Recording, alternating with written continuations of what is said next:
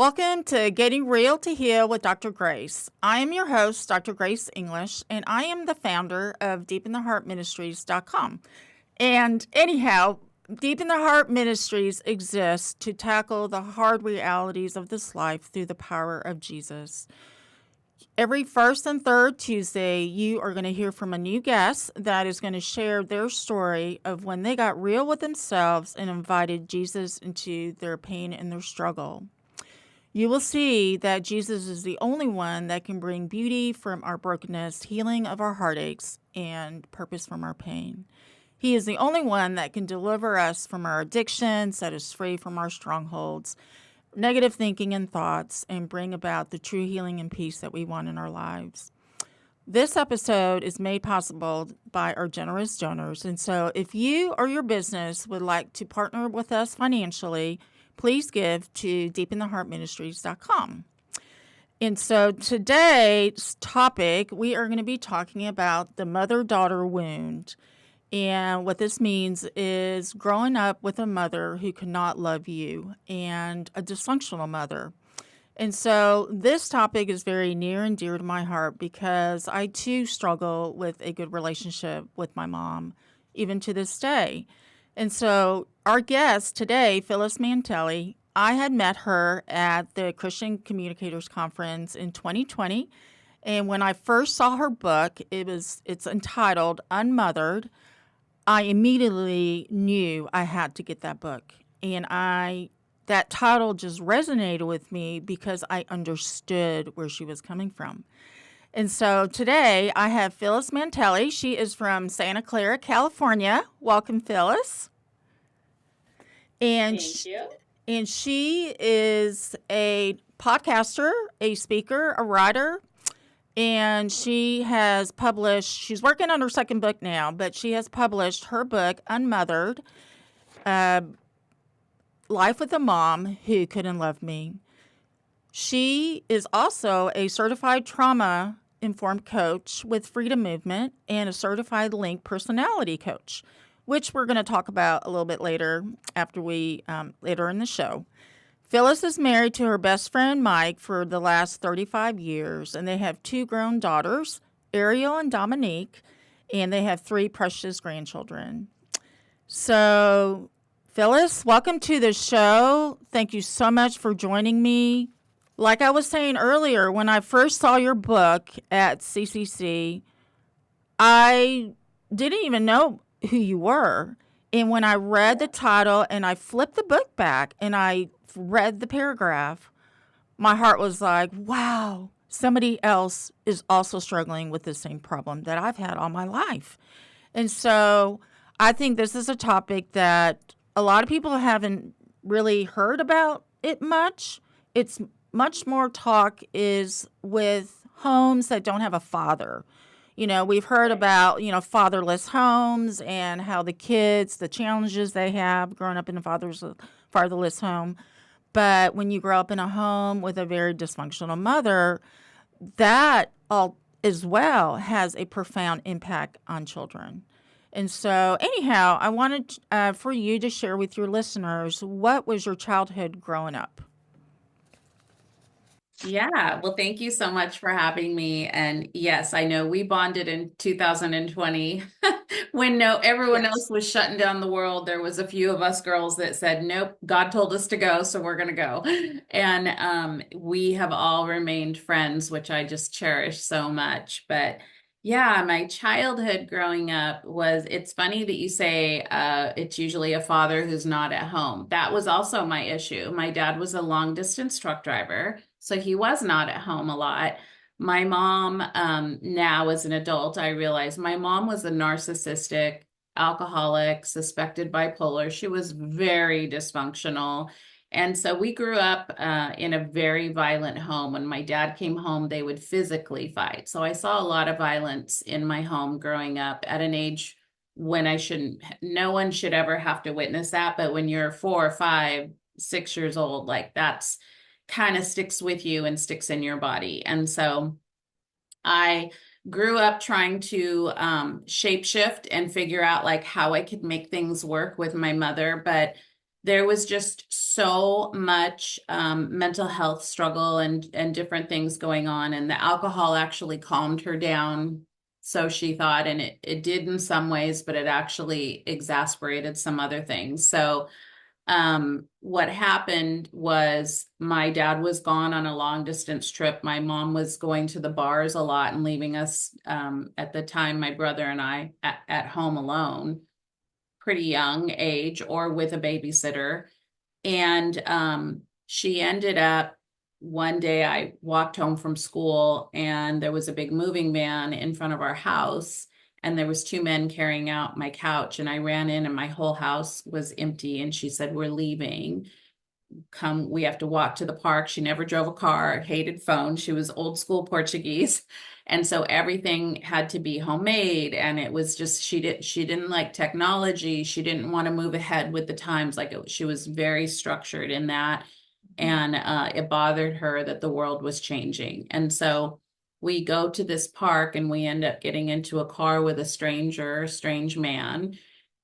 Years later, find out, and later on that year, because my mom's belly started getting bigger, we found out she was having an affair with this man who was Japanese, Filipino, and Mexican, and we're Portuguese and some other descendant things that are completely different from that culture. And so she couldn't pass that child on as her own. So my sister was born when I was 8 years old. We moved into a little apartment, and she never told my dad that she had where she was going. So my dad came home to an empty house and no family. So that's dysfunctional right there on so many levels. And so it took him 3 months. He still had to continue working. And it doesn't seem like a big deal in these days, but we're talking about 1965. Not everyone had a phone. Not everyone had a television. There was no technology. There was no computers. So he came home and he's running to neighbors going, "What color was the truck? Like, what direction did you see them go?" Like, he had to play detective all the while still trying to work and make a living. And so that started a whole new life. Now, it sounds kind of like, oh, that's a sad story. But if you go deeper into that, that stuck with me mentally and physically in my body. So I didn't realize that I had major trauma from that happening. And I grew up very untrusting. I grew up learning to shut up, don't cry, keep going. And so there was a lot of bad habits and narratives that were being put into my whole being, and trying to survive through this life and seeing that my mom wasn't doing things right, but not really having, I wasn't born in a Christian family. Like, it's beautiful when you can grow up in that, but even in that, there can be dysfunction. And so I grew up having a slight faith. My mom would, we were raised Catholic, and my mom would have us go to church, but she wouldn't go to church when we got to an age where we could actually walk to church by ourselves. And so I look back now and I thank her for that. I thank God that he put that little bit of mustard seed of faith in me. I really want to emphasize, I think that just because you haven't grown up in the faith or in a particular church environment with your family, God still has a hold on you. He Yes. still is like, he was guiding me through this whole time. He has guided me through this whole life. And when I look back, I'm like, oh man, he was there even when I was still relying on self and not, was just trying to survive through this crazy life. I can look back and think of things where he saved me from really going into some dangerous situations, and also dangerous situations that my mom was putting us in, where I could hear a voice in my head saying, like, lock that door or do this over here. And I don't know where that came from. And now as an adult, I'm like, that was God. Like, he had a hand in me. So I strongly believe that no matter what kind of environment you come from, if God chooses you, and he does choose everyone, but like, he'll take a hold of you if you listen to that and follow that little voice, which I've always been intuitional in that. I've always heard that small, still voice. I didn't know what it was, but it was there. And so if you listen to that, it just grows and grows. And so So I just learned to survive in this childhood. So, Phyllis, I mean, I am so glad you brought up the fact that if, anyone has not grown up in a Christian home, that there is still hope for you. God is still there with you. I remember I didn't become a believer until I was 23, and I look back on my life, and there were so many crazy things that I had chosen as a teenager that I thought, you know what? It had to be God's hand that Yeah. protected me. And so yes, your childhood definitely was very, very hard, and it was traumatic. I can't imagine it not being, So it was you and your sister, and y'all were trying to fend for yourself. Your mother wasn't, there. She didn't know how to raise you, and then your father was gone working, and so when did you leave home? So this was interesting. So it was my brother too, and then my brother left when he was 12 to live with my father. So by that time, my dad was working locally in his town, and so he ran away and left. So it was my sister, my mom, and I, and it just started becoming more and more where she was leaving me with my sister as if my sister was my daughter, and my sister at one point started to call me mom. And I was like, I am not your mom, don't want to be your mom. Like I was 15 years old and I was so rebellious at that point. I was very rageful and angry because I felt like these adult issues were being put onto me and I didn't want them. And so I was kind of running wild and I went to go stay with my dad for like a week during the summertime. And I stayed out all night one night with my brother. And was my dad was very passive. So he was upset, but he was more upset, like hurt. And he said, I know that you've had to go through a lot of stuff with your mom and a lot of responsibility. And he said, if you want, you can finish out your last school year with me. You can move in with me. And then we'll figure stuff out. And so I ended up moving in with my dad when I was 16, I think 16, almost 17. And it was my dad was like, I always say my dad was a beautiful man, but he was very passive and he didn't know, neither of my parents knew anything. They came from abuse. So if you look through the generations, it usually follows suit, right? And so he didn't know he was abandoned as a baby by his mom. And so he didn't really know how to handle, especially a girl, but just kids in general. And so I think he grounded me once. And then the other times he was like, just don't do that again. And I'm like, I needed more discipline than that. But, he did his best. He was a loving person. And so I always had a really close relationship with my dad. But I just sort of ran wild and I wasn't getting the instruction that I needed. So that was kind of a problem. And then my mother, when I left, um, she kind of fell apart at that point and she ended up leaving my sister by herself. And then they called her dad and he ended up taking her to court. And so my mom lost all her kids and she just kind of gave up on life and became homeless for a while. And so she was in and out of my life pretty much from teen years until mid 20s. Wow, wow.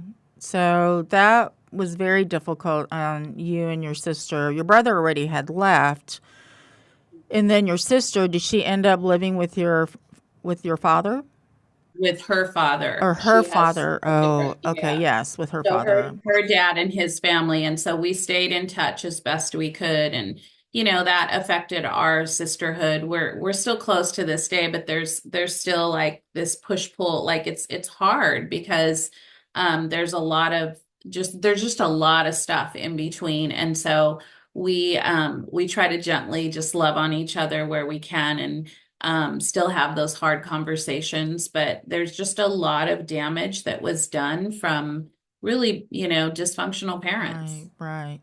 So when did you start realizing that maybe some of the acting out and the rebellion was a reflection of what was going on in your home life? I mean, a lot of times, I was a rebellious teenager. I don't blame my parents for the poor choices I made, but at the same time, the influence that I had growing up had a very negative impact on me. And so I didn't feel like I was anybody of worth, that I could do anything right. And I started making poor choices. But you get to an age, Phyllis, where you're like, okay, look, I can't blame my parents anymore for this. I need to take ownership of what I'm Yeah. choosing. Yeah. And I think part of that, also, comes from growing up and age and things like that, of realizing that you do have to take responsibility. It doesn't take away from what has been done to you. And that's what I've learned in trauma coaching, is like, you have to name the hurt that has been done to you. You can't minimize it. You can't say it didn't happen, I shouldn't feel that way. It settles in your body, whether you want to or not. That's why we have triggers in trauma.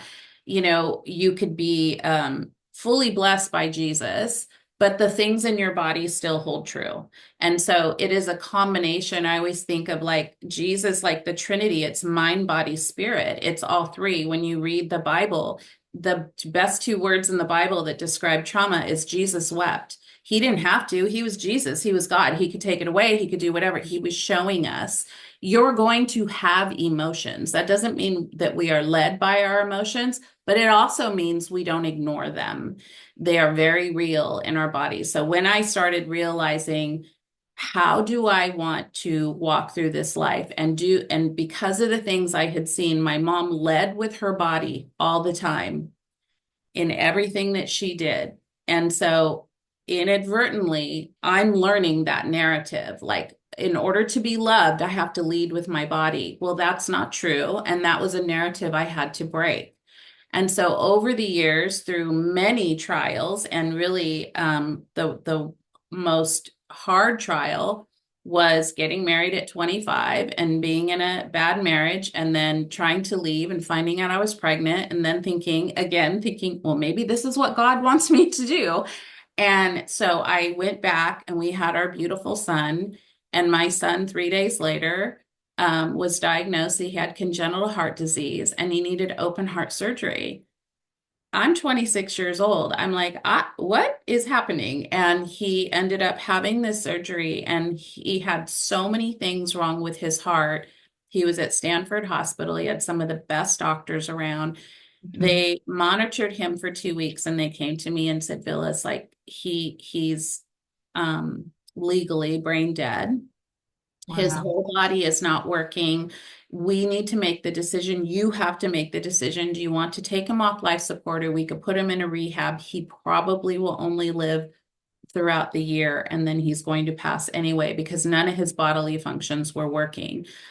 I had a come to Jesus moment at that time, because I asked my then husband, can you help me with this decision? And he said, no, you can make this decision. I can't do it. You've been through so much. You're strong. You can do this. I did not feel strong at that moment. And I heard that small voice saying, ask for a priest. And I said, do you have a priest on staff? And they said, oh yeah, we certainly do. And I said, I need to talk to him. And he gave me the most beautiful analogy of how a child, a baby, when they're sick, and he goes, I know you see all of these things hooked up to him. And he said, but you have to understand, his soul is with Jesus. This is your shell. It is your body, which is all of us. This is just our shell that we're living in temporarily until we go to a better place. And he said, if it's God's will and you take him off of all of these cords and everything, and he lives, that is where he's supposed to be. If he doesn't, please know that his soul is with Jesus. And that was the most beautiful analogy that I could handle at 26 years old, of having to make the most horrible decision in my whole life. And it was the start of something beautiful with God, because God literally told me, you're going to have to give up everything and we're going to wipe the slate clean. And so I stayed with my husband for a few more months, and I said, I need to go. This is not, it's not the lifestyle I want. It's just, everything was wrong. Mhm.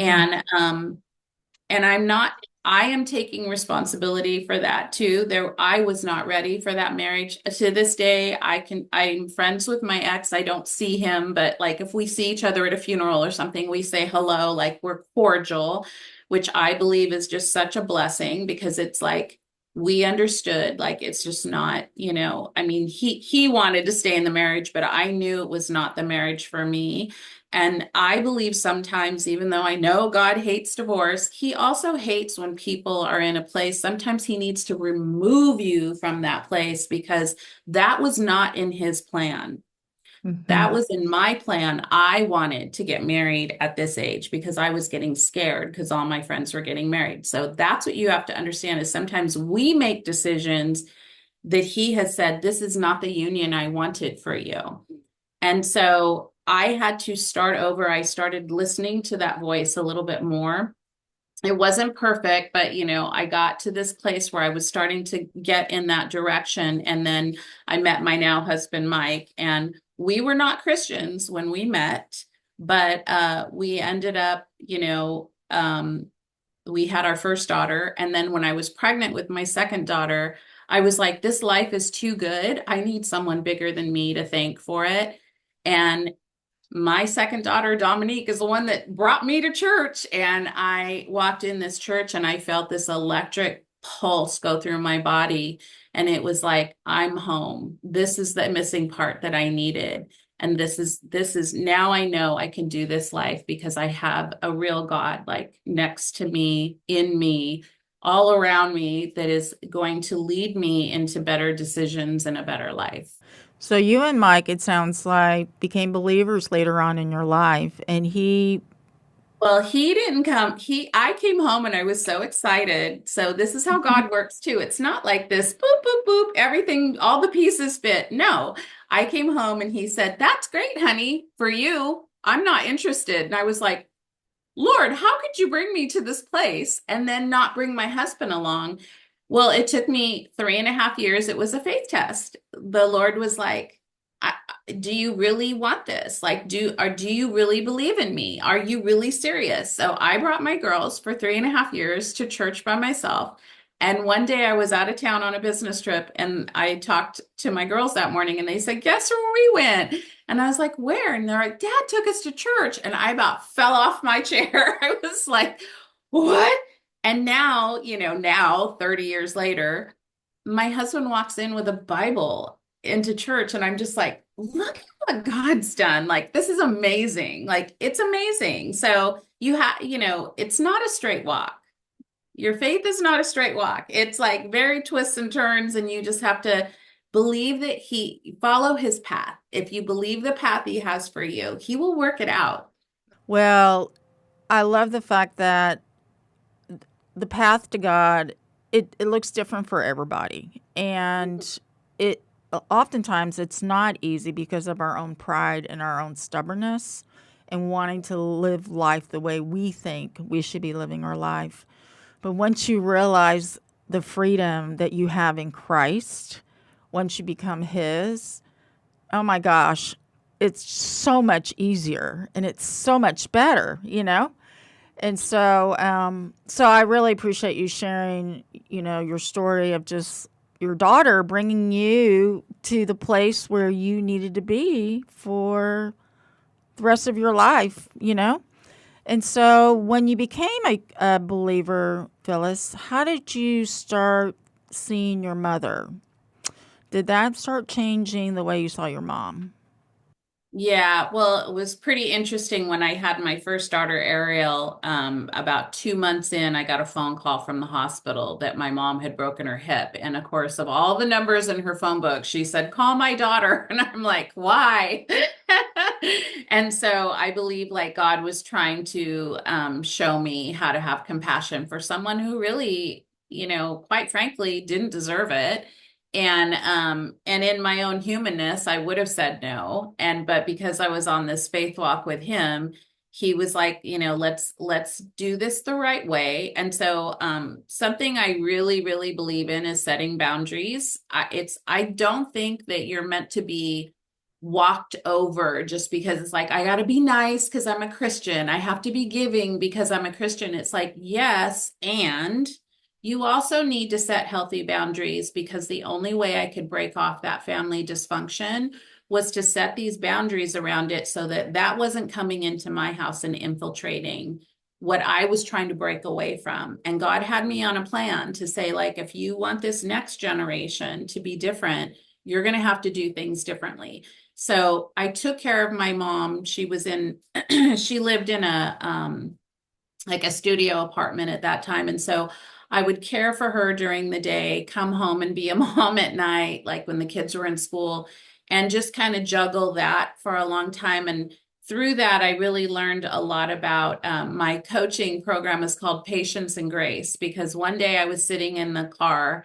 I had a really rough morning with my mom. She was very mean and just, just irritating that day. And I Mhm. got in the car and I said, God, why don't you just take her? Like, she's miserable. She doesn't want to be on this earth. Like, what is going on? And I heard these two words, patience and grace, and I screamed at him. I was like, I have none of that right now. Like, I don't, tell me that. Like, I don't have that. And he was like, just kept saying patience and grace, patience and grace. Well, we made it through that day, and then there was times where we noticed my mom was slipping more than usual and kind of forgetting things. She was, stacking Kleenex on the side of her table and then saying she didn't do it. And we were like, what is happening? And so the visiting nurse said, I think she's getting dementia. That started progressively getting worse. We ended up having to put her in a facility the last 10 months of her life. My mom didn't recognize me the last month. I walked in one day and she had no idea who I was, and she was very angry that I sat on her bed and just kept staring, giving me the evil eyeball. And I was like, oh, I lost her. And it was very heartbreaking. I got in my car and cried. I was like, she is gone. And shortly thereafter, I had a pastor friend come over. We prayed over her when she went into a coma, and then she actually passed a couple of days later. A few years later, my oldest daughter was getting married. And as my husband was walking her down the aisle, I heard those two words, patience Oh, and grace. oh, And I beautiful. knew, I was like, oh, that's what it was. He was like, just be patient, have grace. I have more for you. There's more down the road. Like, it's going to be okay. And Yeah. so I'm really grateful for those 16 years, even though they were super hard, very exhausting, trying to raise these two girls, trying to take care of my mom. But I would do it all over again. Right. Wow. So that hatred that you had and the anger that you carried as a teenager, Lord definitely was chipping that away from you. And he brought you to the place where you actually had to serve your mom and take care of her. Well, I understood when I started going back and finding out where she was from. I think this is really important to understand. They came from dysfunction. And so, therefore, now you're going to be in dysfunction too. And so, oh no, I hear lawnmowers. Sorry about that. um, the neighbors. And so, anyway, so we have to look back and see where the damage started. And then we have to decide, do we want to be the person that's going to be the chain breaker? Are we going to be the one that's going to end this dysfunction? Because if you just keep allowing what is happening, your children see that. So there was actually a part where my kids were like, can we not go see grandma because she's kind of mean? And I said, you absolutely don't have to go. I gave them permission as an out because I knew um, I'm forcing them into something that is not healthy. And so there were times when we would go at, holidays, we would take her food stuff. We tried to bring her into our family for holidays. She couldn't handle it. It just, like, she would create chaos. And so those are really hard decisions, and everyone has to decide what they can live with. But I will say, until you find a way to really separate this, it's kind of this false, like, I have to do this at all costs. I have to lay down my future for this person. that is dysfunctional in order to be peaceful, that's not helping your future family. And so with love, you can take care of this person and also say, I don't think you can handle this situation. So I'm going to come and see you separately over here. So you can find these boundary lines where it's like, you can't come into my property line at the same time. I can love you well in a different manner than what we've always done is what's normal. There's always going to be hard relatives or whatever you have to kind of deal with. Like we all have, kind of irritating relatives, but I'm talking about people that come in and destroy and when they walk out the door, everybody's crying and everybody's upset. That's not okay.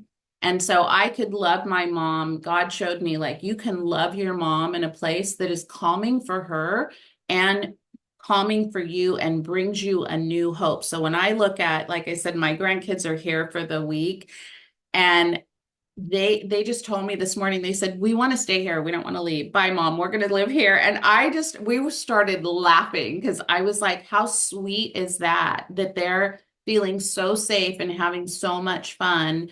My daughter loves coming here with them because she knows they're going to be well taken care of. That's the family that is godly and beautiful, not this rigid, we have to do this at all costs because we're laying down our life for this. That he wants you to have this beautiful, loving family. And within that, sometimes you have to set boundaries around people who are not willing to say, I will abide by your rules because it's actually loving and better for us.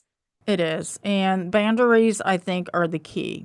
And asking the Lord, how much do you do, how much you don't do?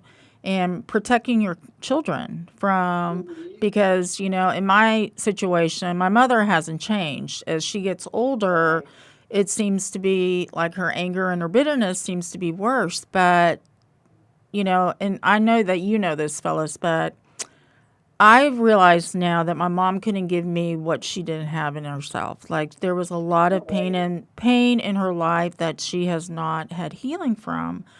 And so now I understand that, and I can see why she says the things she does, and but at the same time, all we can do is pray for our mothers. And so I just pray that the Lord will, she'll let the Lord in to heal her heart. And so, but I no longer am I chasing after this wonderful relationship with my mother that it's never going to be. And I've accepted that. And you're That was expecting for something from her that she literally doesn't know how to give you.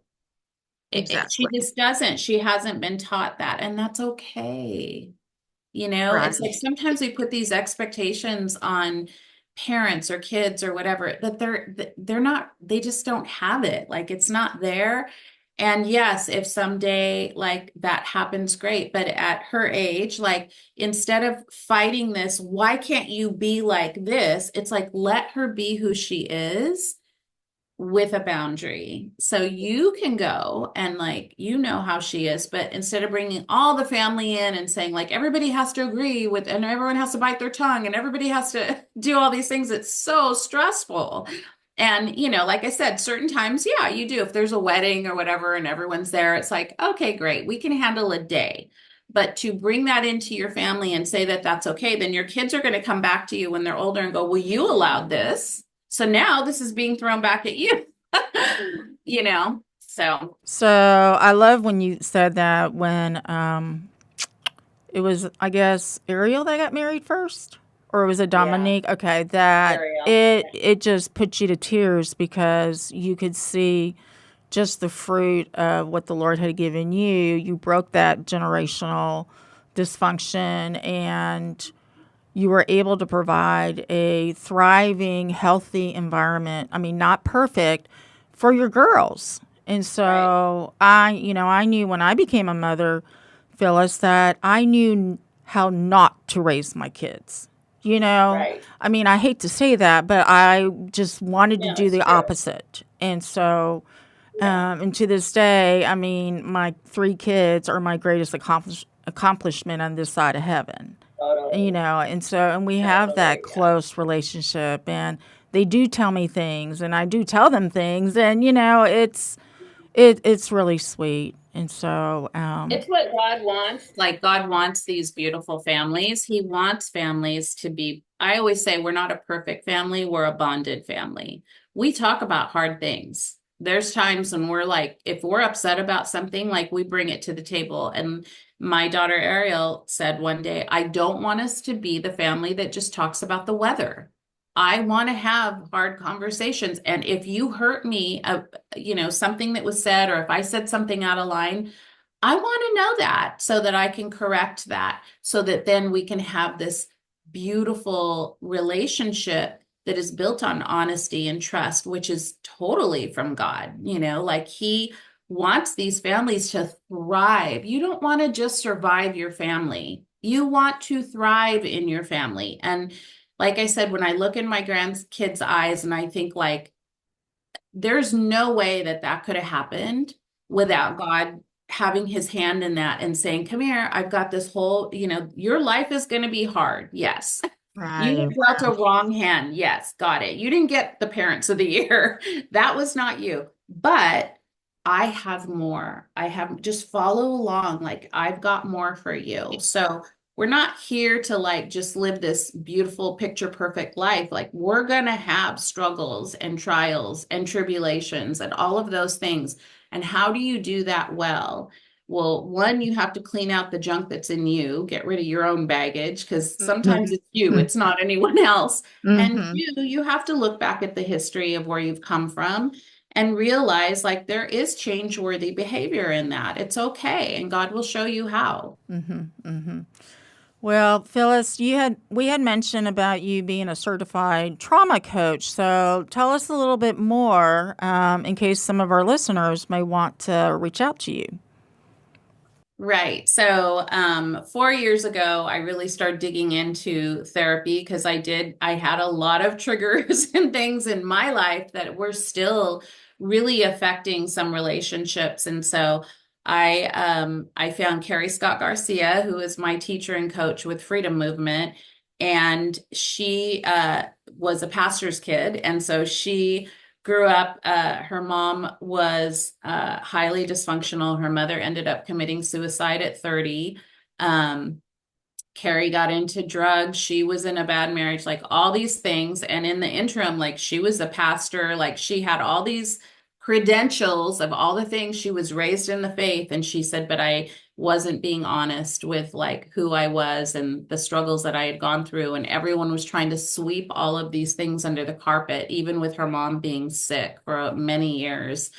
And so she started Freedom Movement, and it's this beautiful exchange of like meeting God in the pit and being honest about your traumas and triggers and emotions and all the things that are part of our lives. Learning how to discuss that with God by your side, He brings you out of the pit, and that you can be free and fully alive in who He actually wants you to be. And so I went through her whole course, and I had no idea the journey he was going to take me on, but during my last, before I got my certification, I was to go to Chicago for our last class, and my brother committed suicide in November. 10 days later, my 98-year-old father passed away. And I was like, Lord, what are you doing right now? Like, this is crazy. And so I really believe when God sets you on a path, like I said, it's not a clear path. You are going to hit many road bumps, many, many, many trials because He has something really great for you to share. And so through that, I ended up going to Chicago. My dad actually passed when I was in Chicago. I was on the phone with the nursing home, and so I was with a whole room of trauma coaches. So I was like, you can't be in a better place than that. And so I was mentored well. I was prayed over mightily. And I got my certification in trauma informed, biblically sound, spirit filled coaching certification through Freedom Movement. And I have learned how to really hold people's hearts well and get to the root of what is really going on and any kind of situation. Now, my coaching is more personalized in the mother-daughter wound, and we can walk through that 6-week course. But I actually have some people now that are just calling and they're just a little stuck. And they're like, I know I'm supposed to pray this away. And I'm like, but you can't pray something away until you get honest about where it's come from. And so when you can get to that place and cry that out, I'm huge on journaling. I'm like, write that out, write out every feeling, every emotion, like, and purge it so that it doesn't control you anymore. Then you can actually hear and listen and move forward with what God actually wants from you. Until you can do that, you're going from a place of behavior modification. People are going to their Bibles daily. They're doing Bible study. They're going to church. They're doing all the things, but they're walking in with so much hurt. And it's like, let's get to that. Let's talk about that. Well, there's a reason why this podcast is called Getting Real to Heal. The Lord cannot heal what you are trying to hide from Him. If you're not real with yourself and you go back to the things, you acknowledge the things that have happened to you, and you're crying out to the Lord, and He finally, that's when the healing starts. So I think that's just beautiful, Phyllis, and I know that there are many, many ladies out there that are going to so benefit from what the Lord has taught you, what you've been taught, and what you lived through, and helping them to have, a new future, a new narrative, like you said. So, well, tell our listeners how they can get a hold of you. Yeah, so I am on all social medias under Phylis Mantelli. It's Phyllis with one L, Phylis, Mantelli, Mantelli. I'm on Instagram, Facebook. I'm not on Twitter, LinkedIn. And then also the best way to get a hold of me, and if you want a signed copy of my book, is on my website, and it's phylismantelli.com. And that hooks you up to my podcast. We do a weekly newsletter. We have a little freebie in there for people.